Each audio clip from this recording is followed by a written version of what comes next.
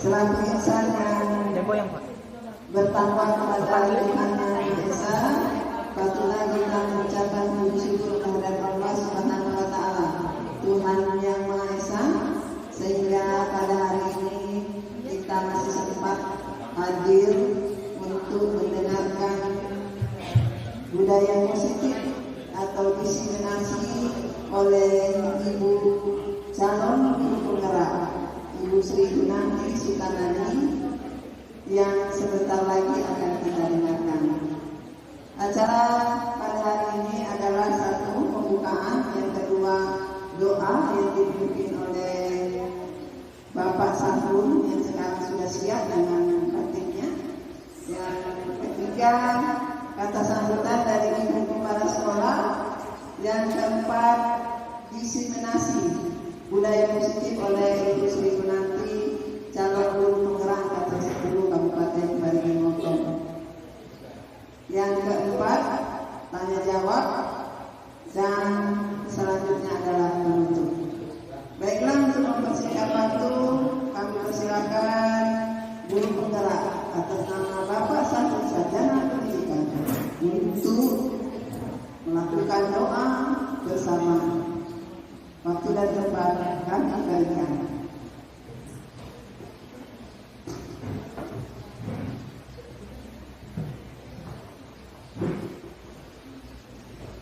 Bismillahirrahmanirrahim. Assalamualaikum warahmatullahi wabarakatuh.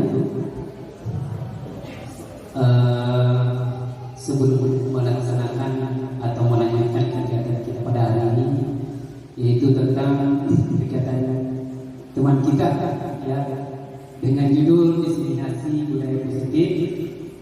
Sebelumnya mari kita berdoa sama-sama bersama agar supaya apa yang kita laksanakan ke depan ini bisa berjalan dengan lancar dan diridhoi oleh Allah Subhanahu wa Ta'ala. Nah, doa ini kami pimpin, dan yang non muslim ya bisa menyelesaikan, dan yang muslim bisa pimpin.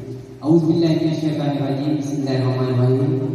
Alhamdulillahirabbil alamin, wassalatu wassalamu ala asyrafil anbiya'i wal mursalin sayyidina Muhammadin maulana wa ala alihi wa ashabihi wa tabi'in.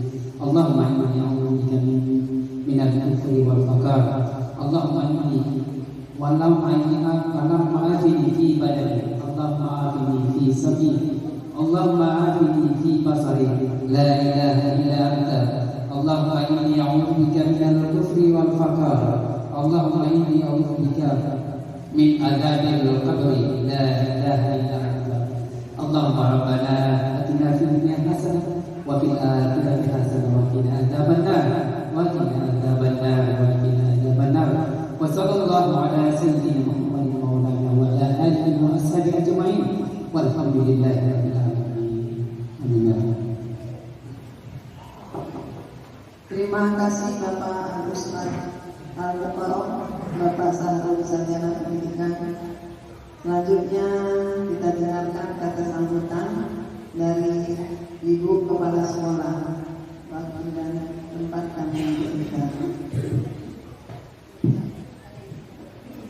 Bismillahirrahmanirrahim. Sebelumnya Assalamualaikum warahmatullahi wabarakatuh. Selamat siang, Om Swastiastu. Untuk kegiatan diseminasinya CGT Angkatan 10 Bu Sri Gunanti ini, sebenarnya untuk kegiatan diseminasi budaya positif ini sebenarnya untuk ketiga kalinya setelah sudah dilakukan.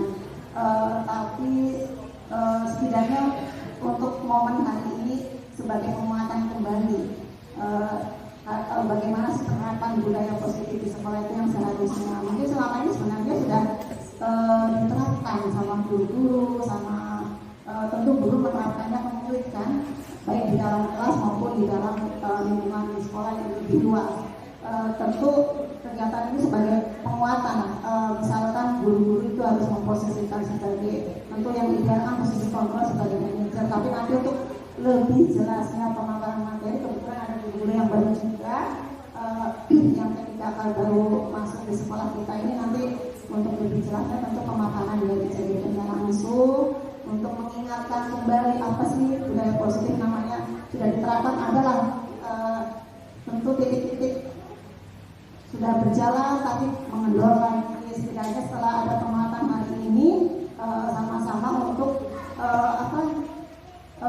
membangun semangat lagi untuk menerapkan budaya positif di sekolah. Jadi untuk mempersingkat waktu, saya persilakan untuk Bu Sri memaparkan materi diseminasi disiplin positifnya. Sekian, wassalamualaikum warahmatullahi wabarakatuh.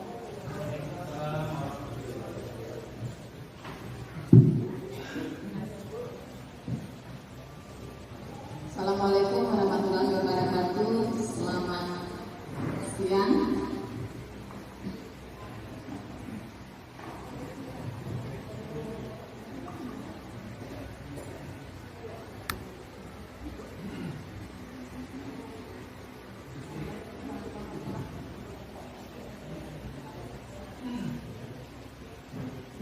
Bicara HP ini Selamat siang, Om Swastiastu, yang terhormat Ibu Kepala Sekolah, yang terhormat Bapak Ibu Guru yang sudah meluangkan waktu untuk hadir di tempat ini, yang selalu mendukung saya dalam mengikuti calon guru kerja.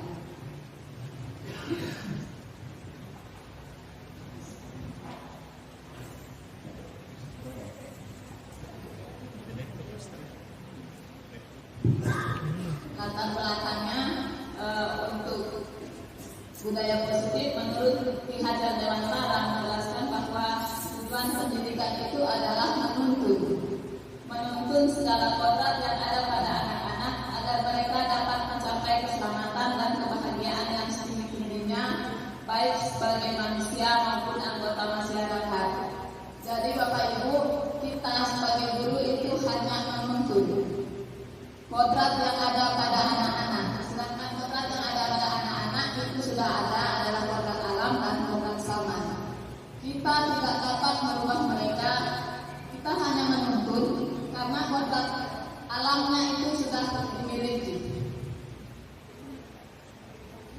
Sehingga Ki Hajar Dewantara mengibaratkan bahwa seorang guru itu adalah seorang pendidik hanya menuntun tubuh dan hidupnya kekuatan kodrat yang pada anak, yang ada pada anak-anak agar dapat memperbaiki lakunya, bukan dasarnya. Karena kodrat alamnya sudah ada pada anak-anak, jadi kita hanya memperbaiki lakunya, bukan kita tidak dapat merubah anak-anak itu sendiri. Nah, dalam menuntun laku dan pertumbuhan kodrat anak, Ki Hajar Dewantara mengibaratkan orang pendidik sebagai seorang petani atau tukang kebun, di mana ketika tukang kebun itu menanam padinya, dia memberikan air, dia memberikan pupuk, kemudian dia memeliharanya. Nah, begitu pula seorang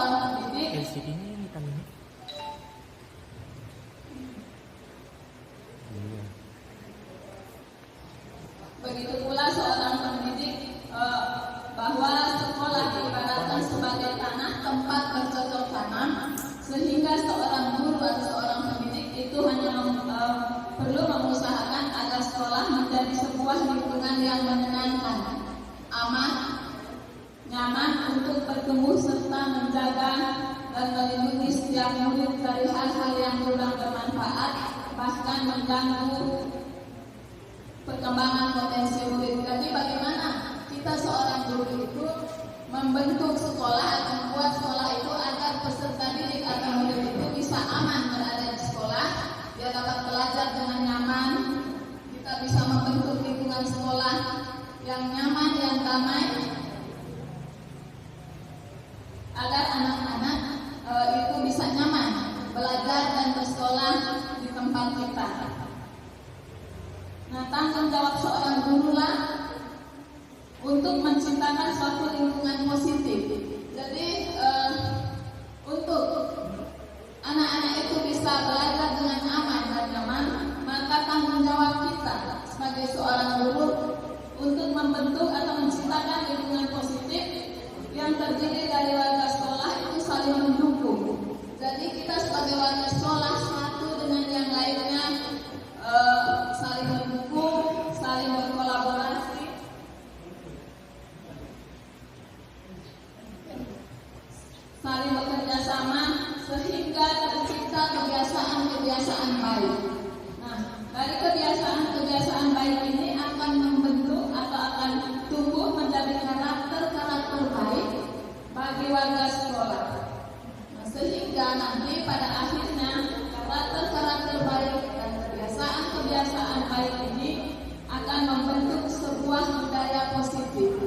Sehingga ketika budaya positif itu sudah ada di sekolah kita, anak-anak akan merasa aman dan nyaman, dan kita dapat melakukan pembelajaran yang menyenangkan. Nah, disiplin positif yang saya pelajari di modul 1.4, yang pertama adalah disiplin positif dan nilai-nilai kebajikan. Yang kedua, teori motivasi, hukuman, penghargaan, dan restitusi. Yang ketiga adalah keyakinan keras. Keempat, kebutuhan dasar manusia dan dunia berkualitas. Yang kelima, restitusi 5 posisi kontrol. Dan yang keenam, restitusi segitiga restitusi. Disiplin positif dan nilai-nilai kebajikan. Perubahan paradigma. Bapak Ibu, di sini kita akan bermain. Ada satu orang yang akan memperagakan sebagai si A, di mana si A itu yang mengepalkan tangannya dan dia memegang sesuatu yang paling berharga dalam hidupnya. Kemudian si B akan berusaha membuka kepalan tangannya itu dengan berbagai cara. Bisa merayu, bisa memarahi, terus apa saja bisa dilakukan agar si A dapat membuka tangannya. Saya minta siapa yang mau bisa dari si A.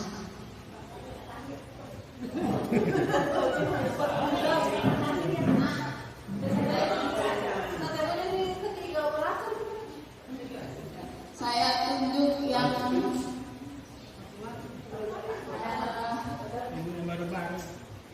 memegang benda yang paling berharga. Ibu Nopi boleh memegang benda yang paling berharga di kepala tangannya. Saya minta Pak Kade Ibu Nopi membuka tangannya dengan berubah boleh dengan memarahi boleh, bagaimanapun salahnya boleh tidak, menyakiti boleh. Maju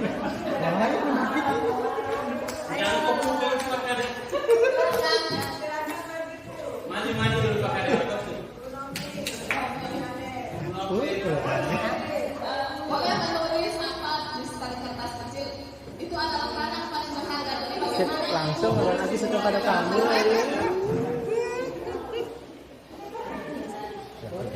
atau bagaimana barang yang paling berharga. Man, dia si A, banyak si B, yang banyak si C, yang warna merah, punya warna bersih. A B C D E. Ada sesuatu yang paling Jadi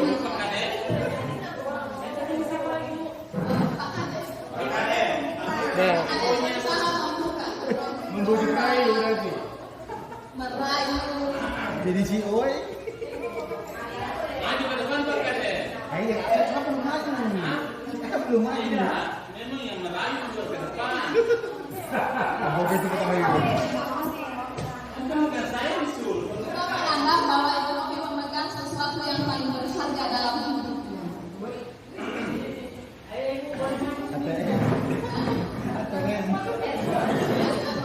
Sewa Pak Kade.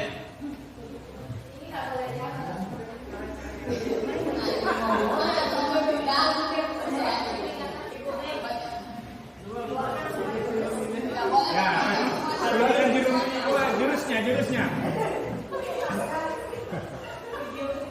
Rayu. Serang gombal apa? Aduh, kalau saya sagelitik deh. yang saya bilang tadi deh.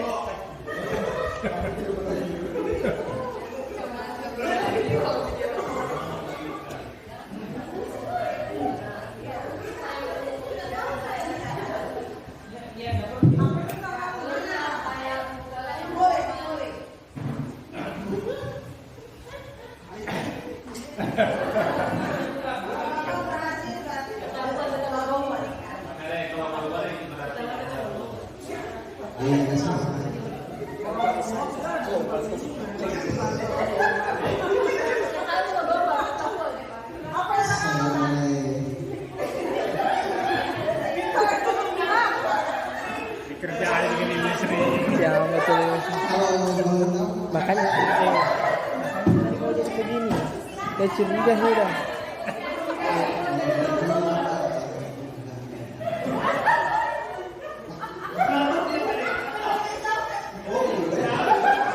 Kasih pisah deh.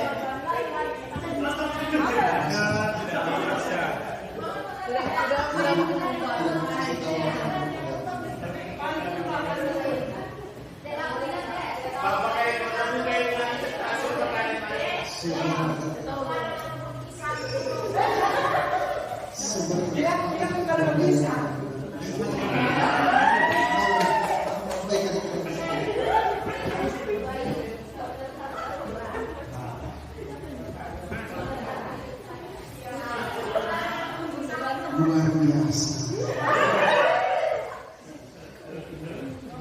Boleh tidak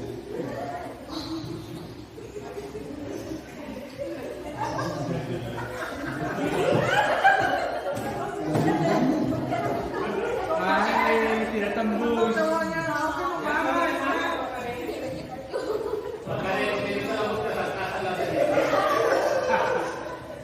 Kan gayanya lembut, pelan. Betul lah, tidak boleh dilihat.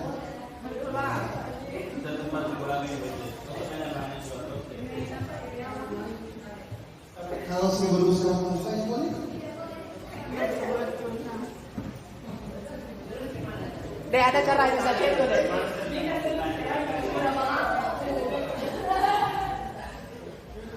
Apa yang harus saya lakukan untuk bisa membuka kepala tangan?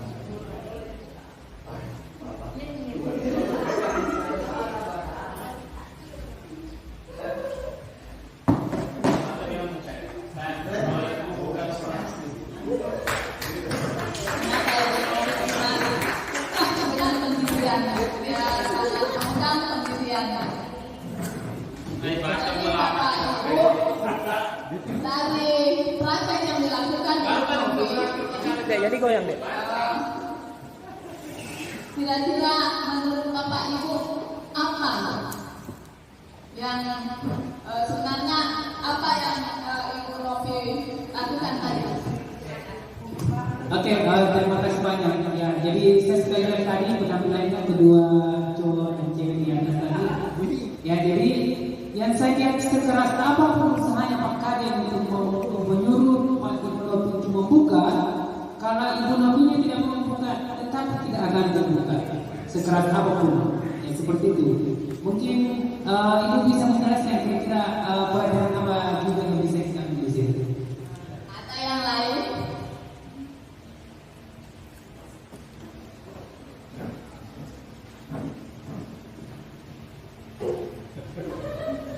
Terima kasih. Assalamualaikum warahmatullahi wabarakatuh. Selamat siang, kalau yang saya lihat kurang perubahan, tapi sebenarnya walaupun sampai 1 tahun Pak Kadek menjadi sidang ekonomi, kalau ekonomi tetap tidak mau membuka genggamannya, itu tidak akan terjadi. Walaupun Pak Kadek hanya berdiri-berdiri, kalau memang Ibu Novi mau membuka genggamannya tanpa diminta pun dia akan membuka. Luar biasa. Begitu pun hatinya. Jadi pada dasarnya seperti ini. Ini adalah perumpamaan kita dengan seseorang. Kita tidak bisa mengontrol orang lain, tapi yang mengontrol adalah dirinya sendiri. Begitu dari kita. Yang mengontrol diri kita adalah diri kita sendiri. Sama itu diibaratkan dengan genggaman tadi.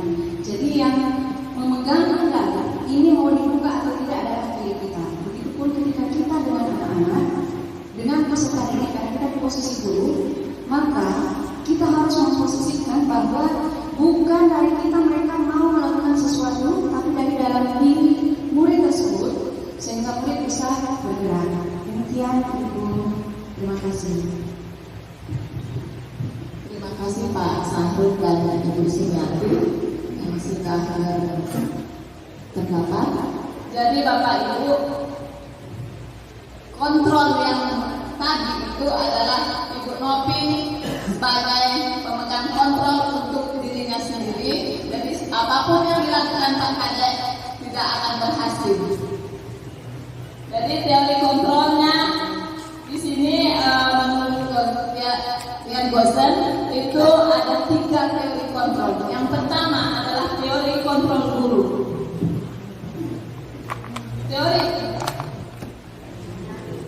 Teori kontrol guru itu bahwa guru tidak dapat memaksa murid berbuat sesuatu jika murid tersebut tidak mau melakukannya. Jadi kita sebagai pendidik itu tidak bisa memaksa murid kalau murid itu sendiri tidak mau melakukannya. Karena yang memegang kontrol di sini adalah murid. Walaupun tampaknya guru sedang mengontrol perilaku murid, hal demikian terjadi karena murid sedang mengizinkan dirinya dikontrol.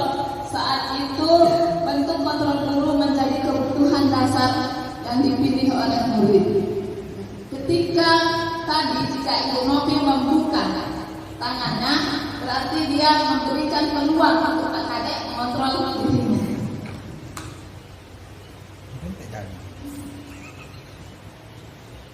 Yang kedua adalah semua penguatan positif, efektif dan bermanfaat. Penguatan positif atau bujukan adalah bentuk-bentuk kontrol. Jadi apapun yang dilakukan, mau kita bujuk, itu adalah bentuk-bentuk kontrol. Jadi segala usaha yang mempengaruhi murid agar mengulangi sesuatu perilaku tertentu adalah suatu usaha untuk mengontrol murid dalam jangka waktu tertentu. Nah, kemungkinan murid tersebut akan menyadari dan mencoba untuk menolak bujukan kita. Jadi murid tersebut akan menjadi tergantung pada pendapat guru untuk dia berusaha. Jadi itu merupakan satu penguatan positif yang efektif dan bermanfaat. Kritik dan membuat orang merasa bersalah. Nah, di sini Bapak Ibu, kita sering kali melakukan hal tersebut terhadap anak kita. Mau di rumah, mau di sekolah, terhadap murid. Sering kita mengkritik mereka dengan rasa bersalah. Misalnya kita, kenapa nak tidak buat PR? Kasihan ibu sudah capek mengajar. Itu kan membuat anak itu merasa bersalah. Jadi itu ketika itu yang kita lakukan,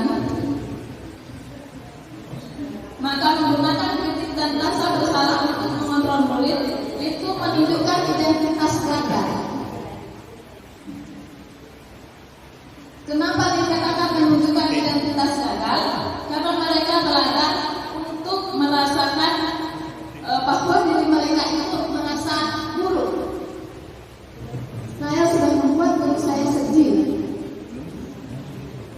Saya sudah membuat ibu ini sedih, tidak mengerjakan PR. Biasa kita gimana kamu tidak mengerjakan PR? Kasihan ibu, sudah capek-capek belajar, kamu tidak kerjakan. Nah, sehingga itu nanti akan membuat anak tersebut, saya sudah bersalah sama guru saya. Dan dia akan nanti menilai dirinya bahwa dia itu buruk, sehingga menyebabkan itu tadi menunjukkan identitas gagal. Sehingga mereka mengembangkan dialog diri untuk yang ke arah yang negatif. Kadangkala sulit bagi guru untuk mengidentifikasi bahwa mereka sedang melakukan perilaku ini. Benar Bapak Ibu? Kita sulit. Kita itu sudah melakukan membuat rasa bersalah terhadap murid, tapi kita menganggap bahwa itu tidak merasa bersalah. Dan itu masih sering kita lakukan. Bahkan di rumah, di sekolah masih sering kita lakukan. Sehingga nanti anak-anak dia menganggap bahwa merasa perasaan yang negatif terhadap dirinya. Yang berikutnya bahwa orang dewasa memiliki hak untuk memaksa. Nah, ini pula sering kita lakukan. Ketika kita menyuruh anak-anak, kamu harus selesai 40 soal. Padahal kita tahu bahwa kemampuan anak mungkin tidak sama.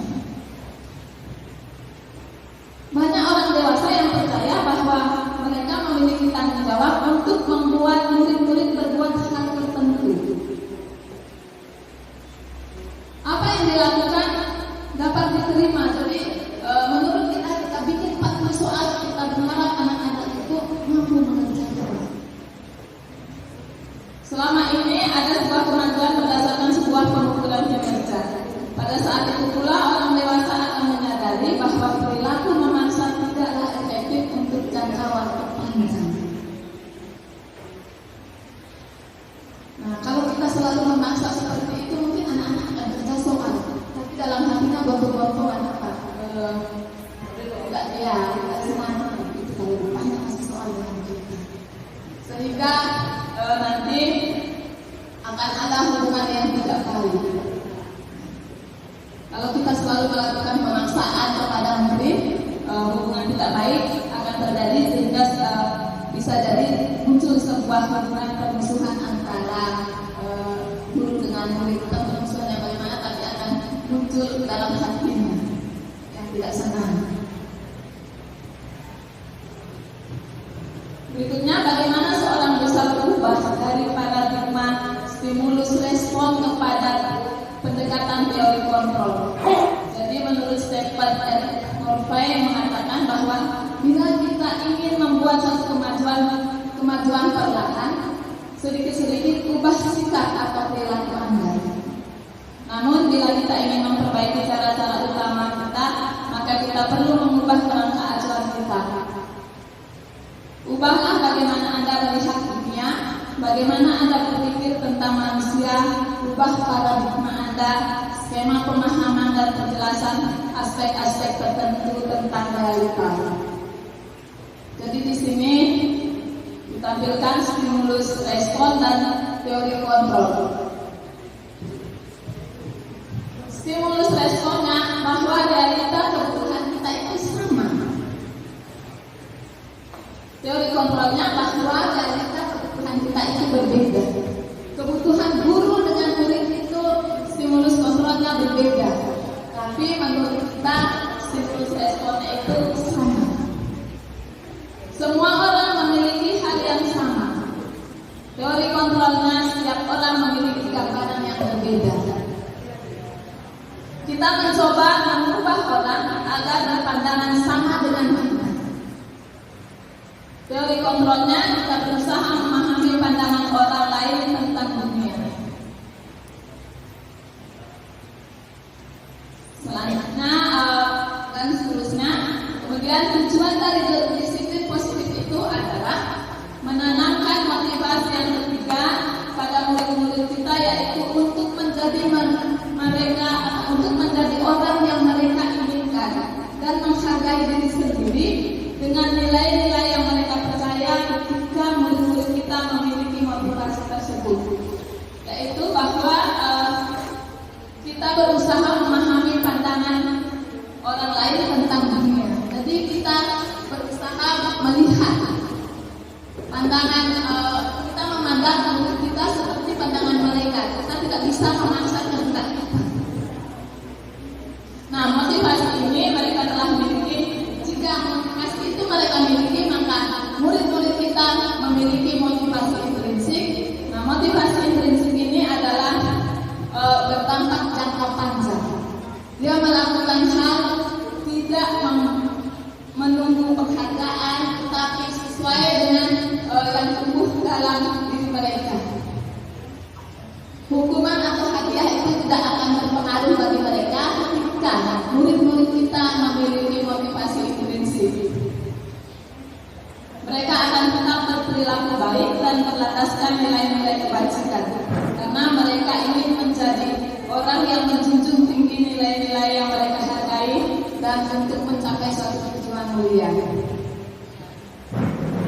Konsep disiplin positif merupakan unsur utama dalam terwujudnya budaya positif yang kita cita-citakan.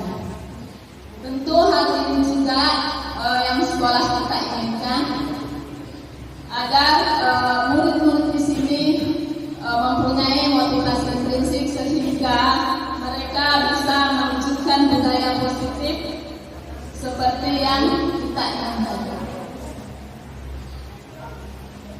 Tentu ketika kita mendengar kata disiplin, apa yang terbayang di benak Bapak Ibu?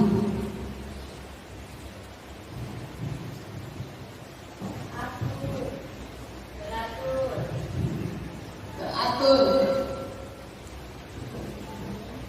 Disiplin. Tertib. tertib, rapi,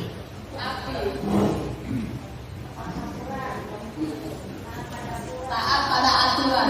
Jadi ketika kita mendengar kata disiplin, kebanyakan orang akan menghubungkan kata disiplin itu dengan tata tertib, teratur dan kepatuhan pada peraturan. Di mana juga kata disiplin sering dihubungkan dengan hukuman.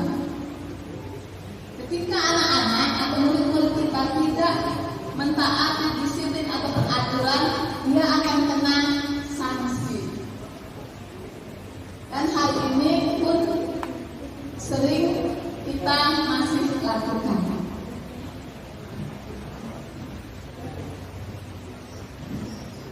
Teori motivasi hukuman dan penghargaan restitusi. Menurut Dergosen menyatakan ada 3 motivasi perilaku manusia. Yang pertama, untuk menghindari ketidaknyamanan dan hukuman. Ini adalah teori motivasi yang terendah, karena apapun bisa dilakukan oleh murid kita agar dia terhindar dari ketidaknyamanan dan hukuman. Nah, ini nanti akan mengarah ke identitas ganda. Kedua, untuk mendapatkan imbalan atau penghargaan dari orang. Ketika murid-murid kita setiap dia melakukan sesuatu, kita memberi penghargaan. Misalnya dia berbaris dengan rapi, kita kasih tanda bintang. Dia mengerjakan tugas, kita kasih penghargaan. Tetapi ketika kita lupa memberikan tanda bintang atau penghargaan, dia akan kembali ke posisi semula. Dia tidak lagi mengingat aturan-aturan itu, karena setiap perbuatannya dia membutuhkan imbalan dan penghargaan. Yang ketiga, untuk menjadi orang yang mereka inginkan dan menghargai diri sendiri dengan nilai-nilai yang mereka percaya. Nah, di sini ketika murid-murid kita memiliki motivasi untuk menjadi orang yang mereka inginkan, berarti ada motivasi intrinsik di dalam hati mereka, ada motivasi intrinsik di dalam diri murid kita, sehingga apapun yang mereka lakukan, mau dikasih penghargaan atau tidak, mau dikasih hukuman atau tidak, dia tetap melakukannya, karena motivasi itu ada di dalam diri anak itu sendiri. Kita mau kasih tugas, dia akan laksanakan walaupun misalnya kita tidak memberi penghargaan, karena memang dia ingin menghargai dirinya sendiri dengan nilai-nilai yang mereka percaya. Nah, Bapak Ibu, selanjutnya kita akan masuk pada keyakinan kelas, di mana kalau di sekolah kita kan ada peraturan-peraturan. Ada peraturan kamu harus datang jam 7.15. Itu adalah sebuah peraturan. Sekarang kita akan membuat keyakinan kelas. Pertanyaan pengantarnya, apa keyakinan kelas dan mengapa tidak peraturan kelas? Karena antara peraturan dengan keyakinan itu beda-beda tipis. Peraturan itu memang yang dibuat oleh sekolah, tetapi keyakinan kelas itu memang muncul dari ide atau curah pendapat dari anak-anak atau dari warga sekolah.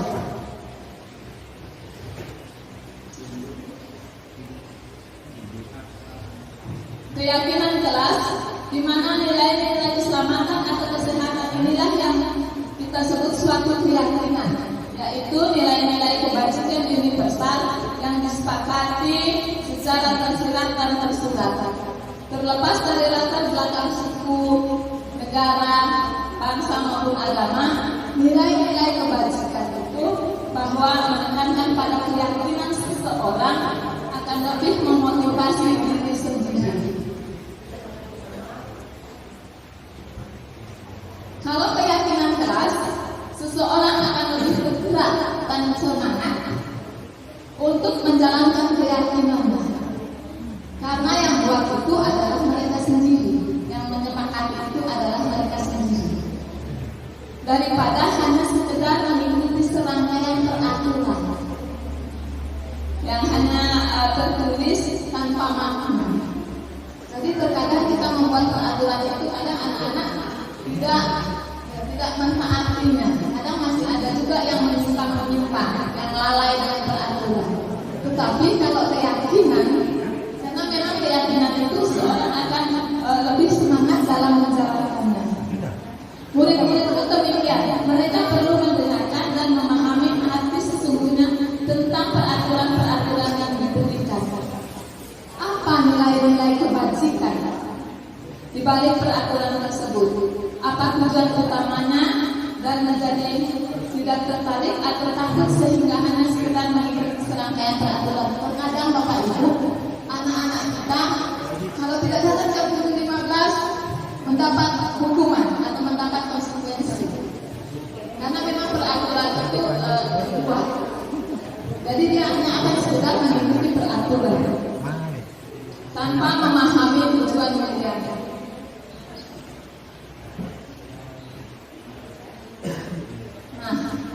Pada tahapan menciptakan program kebajikan, kita melihat dulu daftar kebajikan yang telah disusun bersama. Jadi kita melihat peraturan-peraturan yang telah kita susun, kemudian tentukan nilai-nilai kebajikan yang ingin dicapai atau diperhatikan, terutama di sekolah Anda.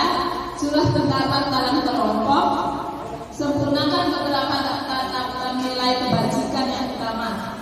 Bahas kembali dalam kelompok utama, buat poster atau muat di media sosial tentang keyakinan sekolah dan keyakinan kelas.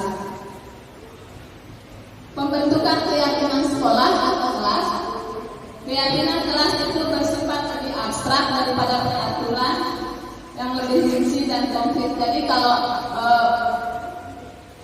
peraturan itu dia lebih abstrak, tetapi kalau keyakinan kelas atau keyakinan sekolah dia akan lebih perinci. Keyakinan kelas berupa pertanyaan-pertanyaan universal. Pernyataan keyakinan kelas senantiasa dibuat dalam bentuk positif. Bahasanya yang digunakan adalah bahasa yang lebih positif. Keyakinan kelas hendaknya tidak terlalu banyak sehingga mudah diingat oleh semua warga kelas atau warga sekolah. Keyakinan kelas sebaiknya sesuatu yang dapat diterapkan di lingkungan itu sendiri. Semua warga kelas hendaknya ikut berkontribusi dalam pembuatan keyakinan kelas lewat kegiatan curah pendapat, bersedia meninjau kembali keyakinan kelas dari waktu ke waktu. Bapak Ibu, beberapa hari yang lalu saya bersama anak-anak kelas 11A membuat keyakinan kelas. Jadi saya memberikan peluang kepada mereka untuk membuat keyakinan kelas itu sendiri. Apa keinginan mereka agar mereka bisa nyaman di kelas tersebut dengan menggunakan bahasa-bahasa yang positif. Jadi pertama yang saya lakukan adalah memberikan waktu atau peluang kepada anak-anak untuk menuliskan apa yang membuat mereka nyaman berada di kelas. Kemudian saya menempelkannya, dulu anak-anak menempelkannya di papan tulis, kemudian mengumpulkannya, dan kemudian kami membuat keyakinan kelas dari beberapa curah pendapat tersebut. Kemudian kami satukan. Jadi ada 7 keyakinan kelas dari banyaknya itu anak-anak yang sudah bercurah pendapat. Kemudian kami buatkan poster. dan kami tempelkan di kelas. Dengan harapan itu akan selalu diingat dan dilaksanakan oleh anak-anak. Nilai-nilai kebajikan universal merupakan nilai-nilai lintas budaya, bahasa suku bangsa maupun agama seperti misalnya keadilan, kehormatan, peduli, integritas, kejujuran, pelayanan, keamanan, kesabaran, tanggung jawab, mandiri, dan keselamatan.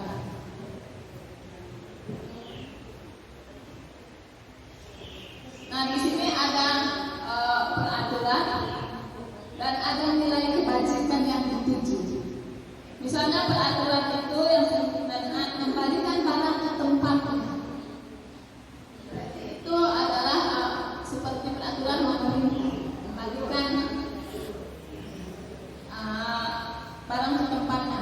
Dilarang mengganggu orang lain. Itu kan perintah, dilarang mengganggu orang lain. Tentu hadir di sekolah 15 menit sebelum pelajaran dimulai. Nah, inilah yang mungkin bisa kita revisi menjadi sebuah keyakinan sehingga nanti anak-anak yang membuatnya, dia yang akan melakukannya sehingga dia akan merasa nyaman berada di kelas. Begitu pula dia akan lebih merasa nyaman berada di sekolah. Prosedur pembentukan keyakinan sekolah atau kelas. Yang pertama yang kita lakukan adalah mempersilahkan warga sekolah atau murid-murid di kelas untuk bercurah pendapat.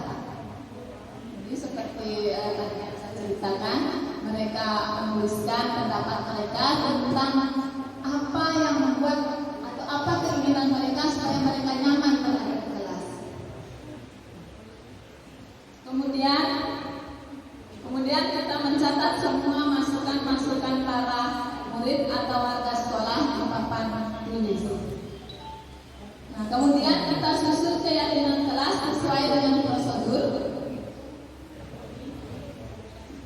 Pembentukan keyakinan sekolah atau kelas, kita ganti kalimat-kalimat negatif menjadi kalimat-kalimat positif.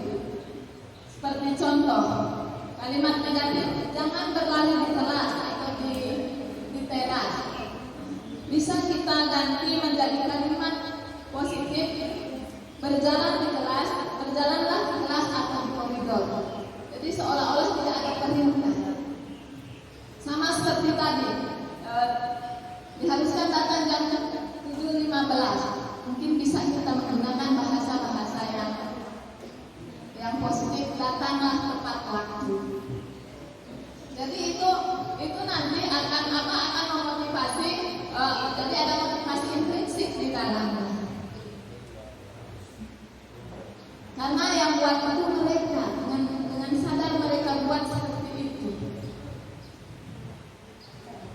Kemudian tinjau kembali daftar curah pendapat yang sudah dicatat, mungkin akan mendapati bahwa pernyataan yang tertulis di sana itu masih banyak yang berupa peraturan-peraturan.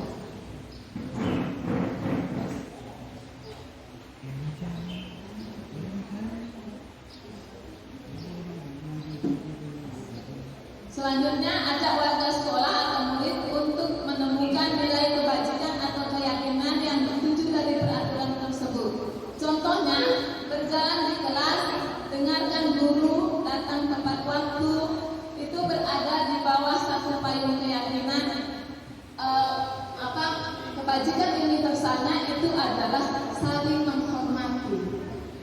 Jadi nilai kebajikannya itu adalah hormat. Keyakinan ini sangat masuk akal dalam untuk disepakati. Jadi kegiatan ini juga merupakan pendalaman pemahaman bentuk peraturan keyakinan sekolah atau kelas.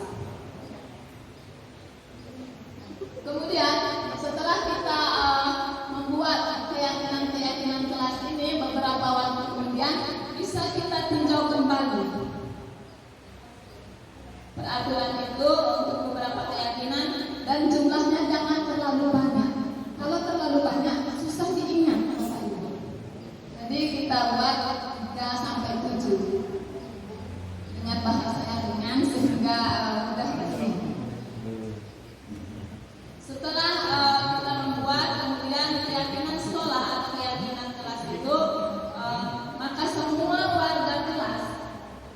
Dipersilakan meninjau ulang dan menyetujui dengan menandatangani keyakinan sekolah atau kelas tersebut, termasuk guru dan semua warga sekolah. Kalau itu keyakinan sekolah. Jadi ketika keyakinan kelas kemarin juga saya buat bersama anak-anak. Setelah selesai saya tanda tangani bersama Pak Susilo karena beliau yang ada. Itu yang kami tempel. Nah itu pula ketika keyakinan kelas kami sudah buat nanti. Keyakinan kelas atau sekolah selanjutnya bisa diletakkan di dinding dan di tempat yang mudah dilihat. Supaya setiap kali lewat kita ingat lagi ini peraturan apa keyakinan kelas yang telah kita buat. Ada kegiatan di sini, kegiatan tampak seperti, tidak tampak seperti, yang bersikap positif.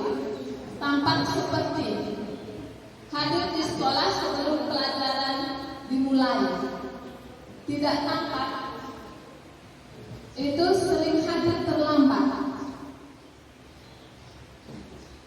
Mentaati peraturan di sekolah.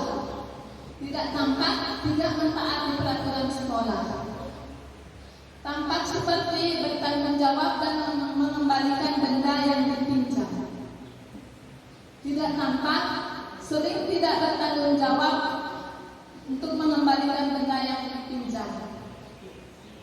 Tampak seperti menerapkan 5S, senyum, sapa, salam, sopan dan santun. Tidak tampak bertutur kata, bersikap dan bertutur kata yang kurang sopan. Percaya dan menghormati orang lain dan barang miliknya. Kegiatan yang tampak seperti semangat belajar dan memperhatikan guru. Tidak tampak seperti kurang semangat dan kurang memperhatikan guru. Meminta izin saat keluar atau masuk ruang kelas. Tidak meminta izin saat keluar masuk ruang kelas. Bertanggung jawab dengan tugas-tugas yang diberikan. Tidak bertanggung jawab dengan tugas-tugas yang diberikan.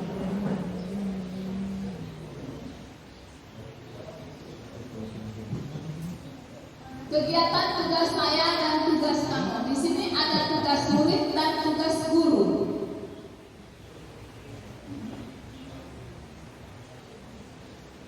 Tugas guru itu adalah mengajar dan mendidik, menuntun murid agar murid tumbuh dan berkembang sesuai kodrat potensi diri agar tidak kehilangan arah.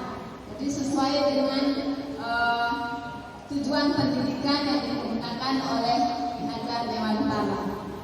Menumbuhkan semangat murid yang berkolaborasi, memberi nilai atas tugas-tugas dan pertanyaan murid, menegakkan keyakinan kelas, peduli dan berpihak pada murid. Tugas murid, belajar dan selalu mencoba hal-hal baru, memiliki keyakinan pasti, bisa dan berani bertanya jika tidak paham, bertanggung jawab menyelesaikan tugas, mengikuti keyakinan kelas dan sekolah yang sudah disepakati, semangat belajar, berkolaborasi, berkomunikasi, dan saling menghormati. Guru tugasnya bukan memaksa murid untuk belajar, membentak dan menghukum murid, membersihkan dan merapikan barang murid, mengerjakan tugas-tugas murid, menyiapkan alat tulis murid. Murid tugasnya bukan berkeluh kesah tentang tugas belajar, membuat masalah di sekolah dan di kelas, merusak barang sekolah, teman atau barang pribadi, melanggar keyakinan kelas dan sekolah. Terima kasih. Jadi Bapak Ibu, ketika keyakinan kelas ini yang nanti satu itu. kita buat, Ini yang satu. itu bisa akan berkembang nanti kita buat keyakinan sekolah. Dengan demikian, maka kalau kita membuat keyakinan sekolah, maka apa yang menjadi harapan kita semua itu bisa terwujudkan ketika kita nanti bisa berkolaborasi. Jadi harapan saya setelah selesai ini apa yang telah kita dengar bersama, mungkin di tahun ajaran baru kita bisa mulai membuat keyakinan kelas. Setiap wali-wali kelas mungkin secara bersama-sama kita membuat keyakinan kelas, dan itu nanti bisa kita pasang di kelas kita masing-masing sehingga murid bisa merasa aman dan nyaman ketika mereka berada di kelas, karena yang membuat keyakinan kelas itu adalah mereka. Nah, dan setelahnya itu nanti bisa kita membuat keyakinan sekolah, dan ini bisa berkembang menjadi keyakinan sekolah, sehingga nanti yang peraturan-peraturan itu kita ubah menjadi satu keyakinan.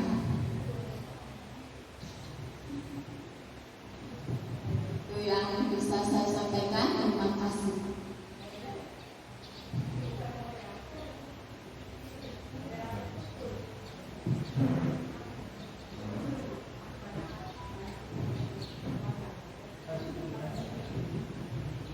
Demikianlah tadi destinasi yang dibawakan oleh Ibu Sri Gunanti Sukanadi, calon guru penggerak angkatan 10 Kabupaten Karimun.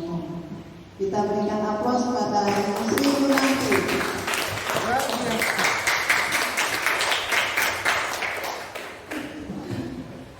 Bapak Ibu silakan bertanya agar Ibu Sri Gunanti bahagia, kita semua juga bahagia. Silakan.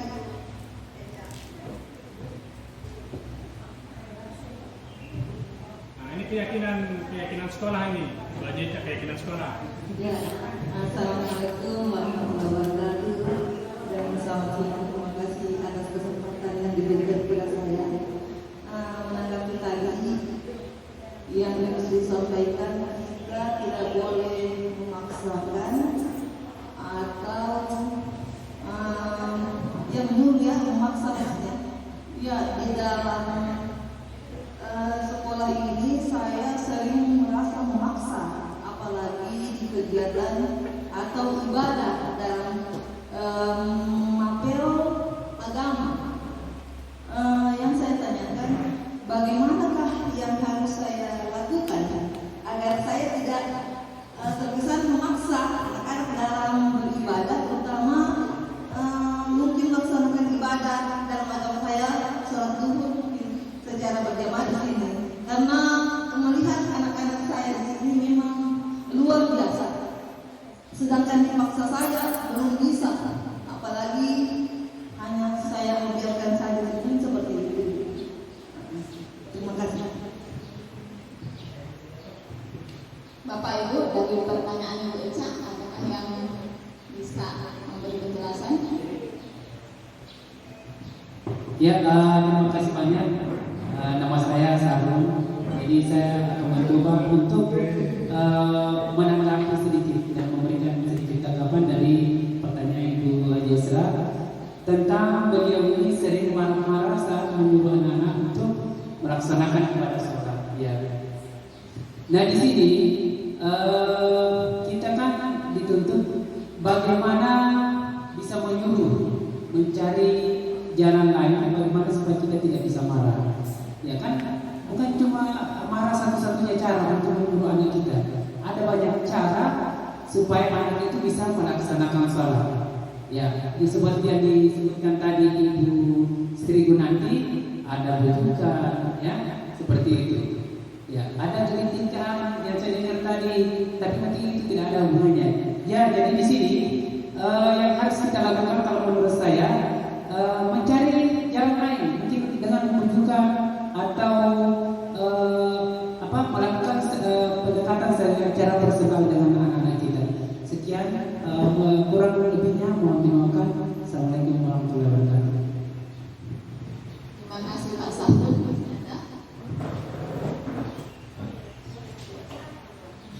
Terima kasih atas kesempatannya. Terkait dengan yang harus disampaikan tadi, motivasi intrinsik, gitu ya, yang motivasi yang tumbuh dari dalam kondisi sekolah kita sekarang ini kan, bagaimana kita bisa menemukan motivasi intrinsik itu.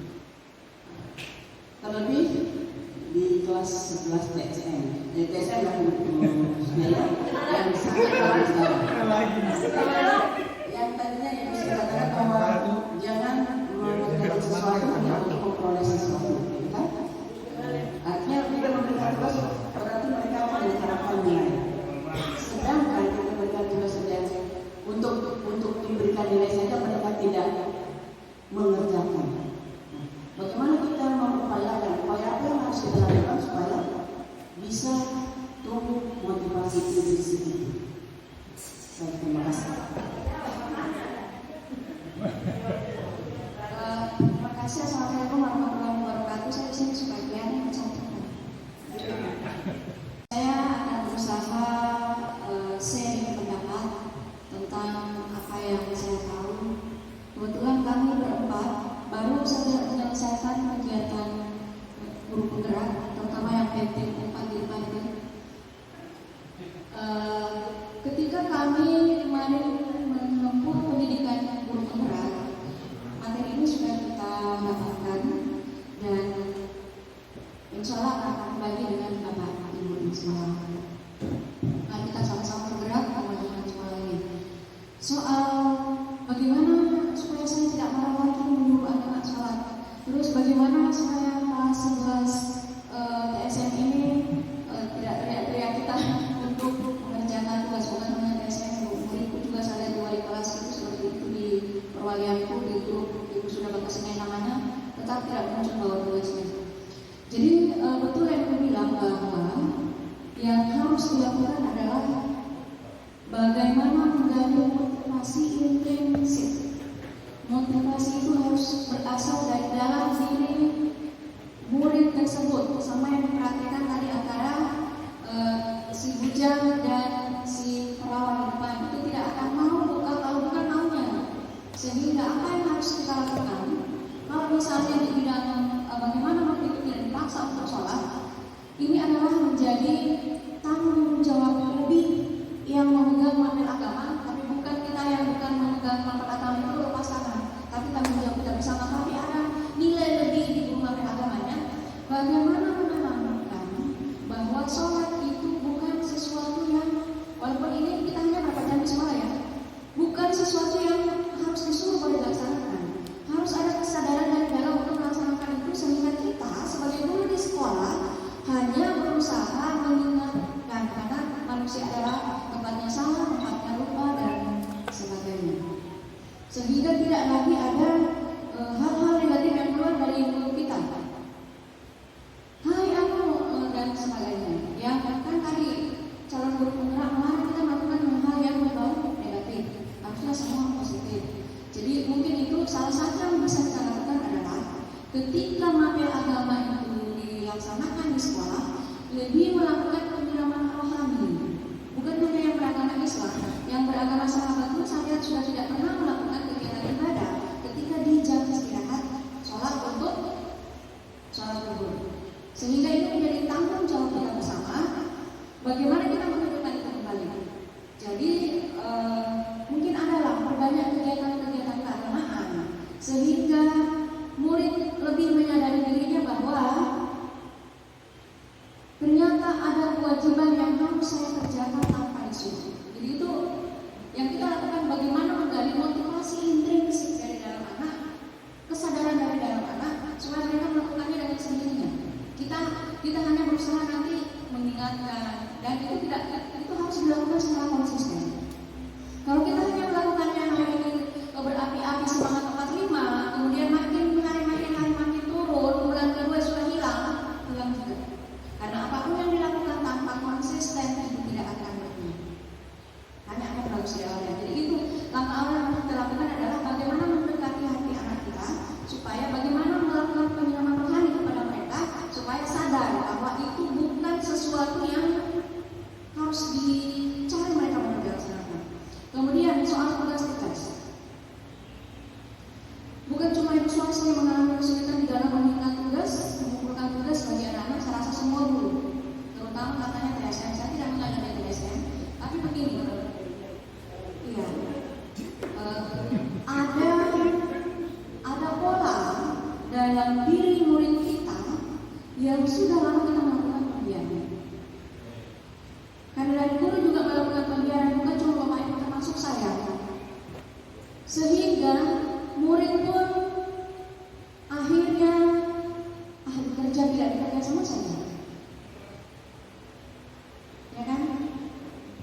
sudah lama kita tidur panjang, kalau boleh saya bilang.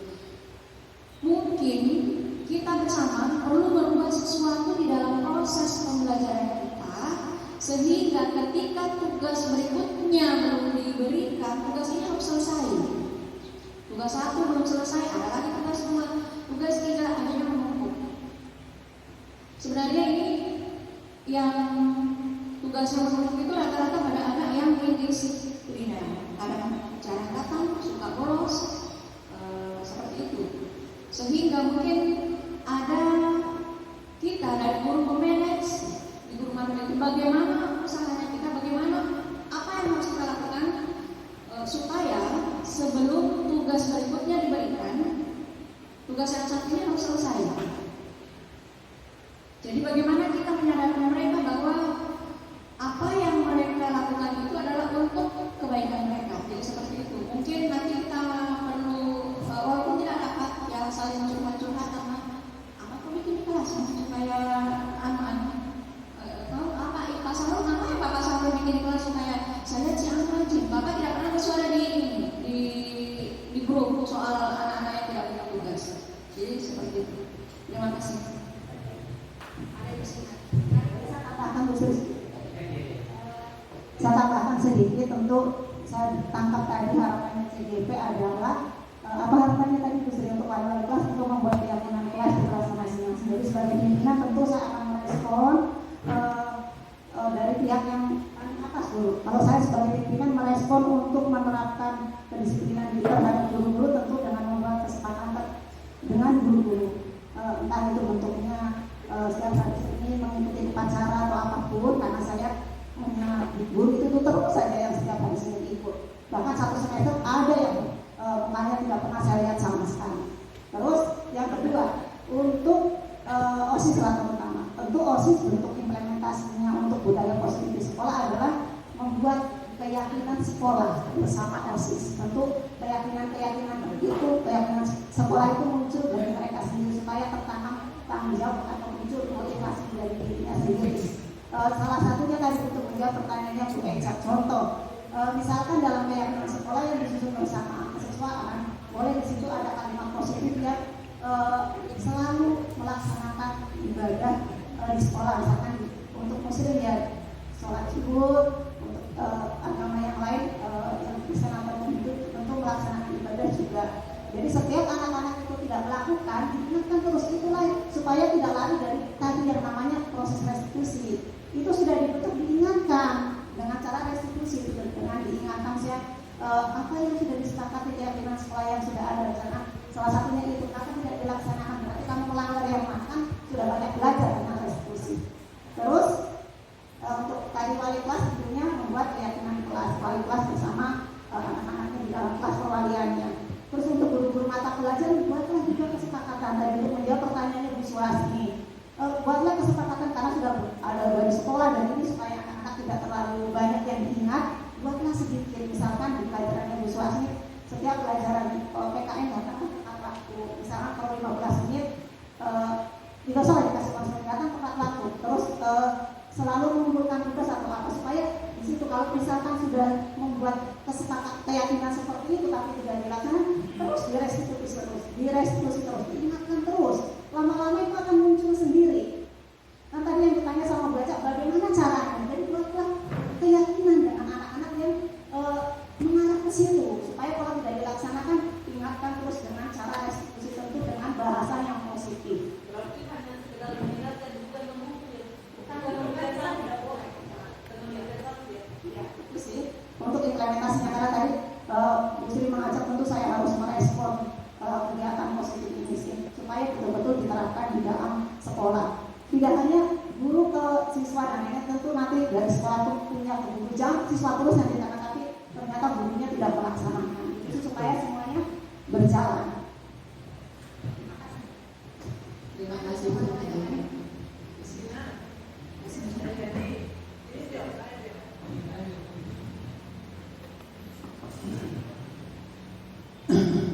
Semuanya benar Pak, itu tidak ada yang keliru. Cuman pertanyaan dari Eca itu apa yang kita harus bikin gitu, yang lebih konkret, ya, lebih spontan. Kalau saya selalu tanya begini,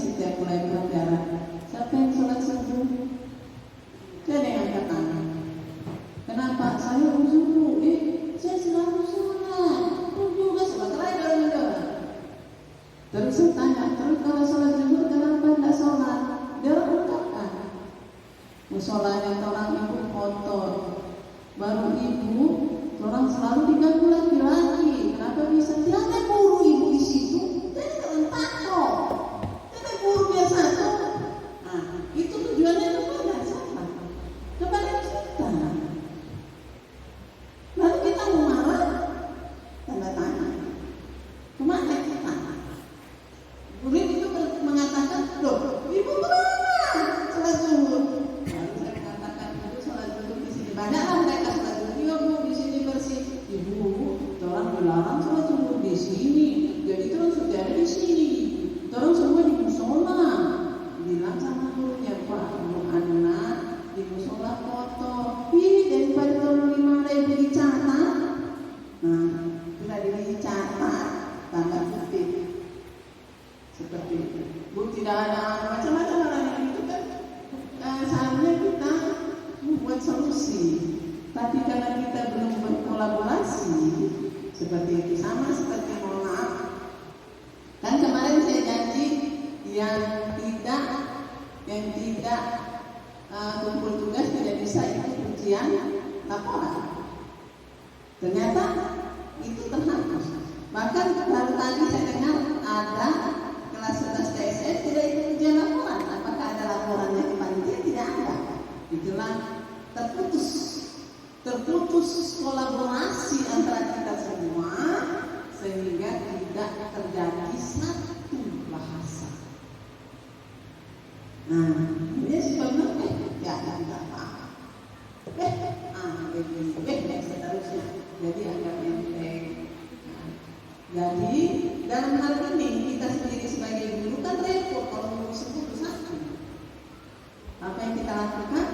Guru BK yang bergerak. Nah, guru BK itu sebenarnya tugasnya banyak. Bukan hanya ngobrol-ngobrol di depan TSN, tapi anak TSN-nya bolos. Ngobrol 10 guru, ngobrol 7 guru di depan kelas TSN, tapi muridnya nggak ada loh TSN. Bagaimana itu? Bagaimana kita sebagai guru? Gitu ya. Coba aja murid-murid sama-sama. Apa sih kendalanya? Ayo apa sih kendalanya? Nanti kalian tuh melompat-lompat. Bertanya, apakah yang sempat bertanya itu lah minimal wali kelas. Wali kelas itu harus tahu. Ya, minimal harus wali kelasnya. Makanya tadi saya minta izin sama kepala sekolah, kalau bisa semester ini semua siswa itu berprestasi di bidangnya masing-masing. Ada yang rajin, ada yang disiplin, ada yang berpakaian rapi, tapi bukan pakai bibir merah ya. Ada yang macam-macam lah, datangnya selalu pagi. Jadi karena semua anak itu punya talenta masing-masing. Semua orang itu punya kelebihan. Nah, perbedaan antara anak-anak itu kan kita satukan menjadi satu kekuatan di dalam kelas. Dipersatukan karena mirip-mirip. Itu untuk sholat, itu tugas. Itu juga biasanya kita memberikan tugas, anak-anak tidak paham. Kenapa anak tidak mengerjakan tugas? Ibu, saya tidak tahu apa itu oksigen. Itu kalsium itu apa? Oh, berarti ibu tidak tahu. Nah, kenapa baru tanya sekarang? Tahu ibu bertanya. Tolong tahu, nanti kena marah. Kenapa muka ibu mengerikan kan? Mengerikan. Kenapa abang takut sama ibu? Tahu, ibu takut sama ibu. Nah, itu bagaimana kita melakukannya? Jadi kesiapan, minat, ya, kesiapan siswa untuk belajar, minatnya.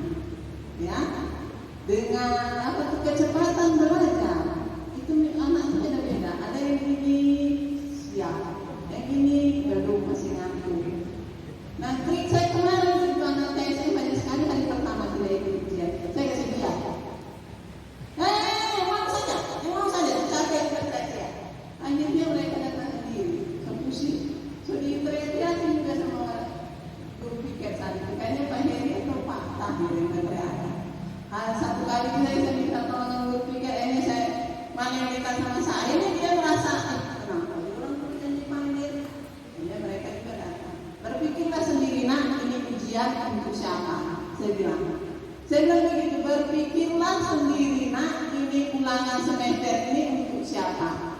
Untuk saya atau untuk Anda? Nah, makanya mereka sudah ikut ulangan sesuai dengan jadwal. Kalau tidak, jauh dari luar biasa di sebelah TSN. Kenapa kita jauh dari mereka? Buru-buru ini tulis jadwal ibu curang, kasih saya di TSN. Apa bedanya? Mereka itu manusia warga negara Republik Indonesia. Tunas muda harapan bangsa ini. Nah, guru saja senang lagi ibu curang, kasih saya di TSN. Kita semua maunya kelas-kelasnya tidak ada tantangan. Dan seperti itu. Jadi tanyakan kepada kita sendiri, Bu, Bapak, Ibu. Pada saat mengajar ceramah saja, ya, apakah anak-anak mengerti? Apakah diri diselingi?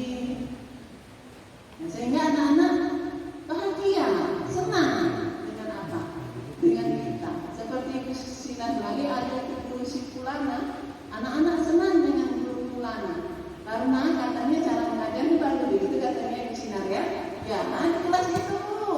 Coba di kelas TSN Ibu tanya, dia suka nggak lagi Ibu Pulana? Masuk aja enggak mungkin ya. Itulah kita selalu menjustis, mendukung siswa yang sebenarnya ternyata setelah didekati anak TSN itu baik-baik kok. Bagus. Bahkan lebih bertanggung jawab dibandingkan dengan kelas-kelas lain. Saya selama bergaul ini loh, ya, kemarin ujian semester telah bisa dekati dengan kata-kata yang baik tanpa menghukum mereka, tanpa menyalahkan mereka. Jadi jangan suka menjadikan seseorang berpikiran negatif lah seperti itu. Karena itu mentalnya kita. Seperti ini. Jadi apapun yang siswa lakukan, di mana dia nyaman, di mana dia sholat, ya silahkan. Itu langkah awal ya. Kalau memang itu seperti sekarang yang kita arahkan di sana, insya Allah anak-anak laki-laki banyak di sana. Tapi apakah ada kita peduli? Tidak ada. Banyak sekali yang merokok di situ, tapi tidak ada kita peduli. Itulah kepedulian kita. Makasih, barangkali itu saja dari saya.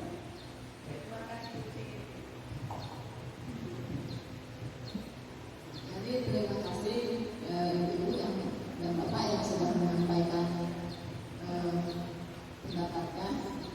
Jadi itu yang perlu kita lakukan. Yang pertama yang membuat keyakinan pelajaran, kemudian keyakinan kelas, dan nanti mudah-mudahan bisa terbentuk keyakinan sekolah, sehingga apa yang menjadi harapan kita untuk membuat anak-anak atau murid-murid itu menjadi aman, nyaman, dan menyenangkan, sehingga kita bisa mendidik anak-anak sesuai dengan kodrat alam dan kodrat samanya, dan pembelajaran ini yang kita lakukan bisa berpihak kepada murid. Demikian yang saya sampaikan. Terima kasih. Demikianlah tadi kita berikan aplaus kembali kepada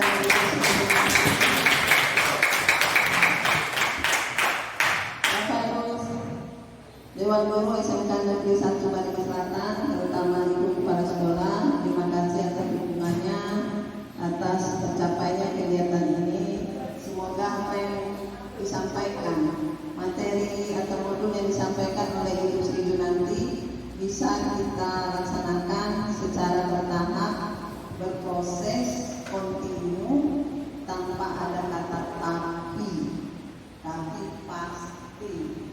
Ya, itu saja barangkali Bapak Ibu sekalian. Wabillahi taufiq wal hidayah. Wassalamualaikum warahmatullahi wabarakatuh. Selamat siang menjelang sore. Salam sejahtera untuk kita semua. Om Santi Santi Om. Salam Pancasila, salam bahagia.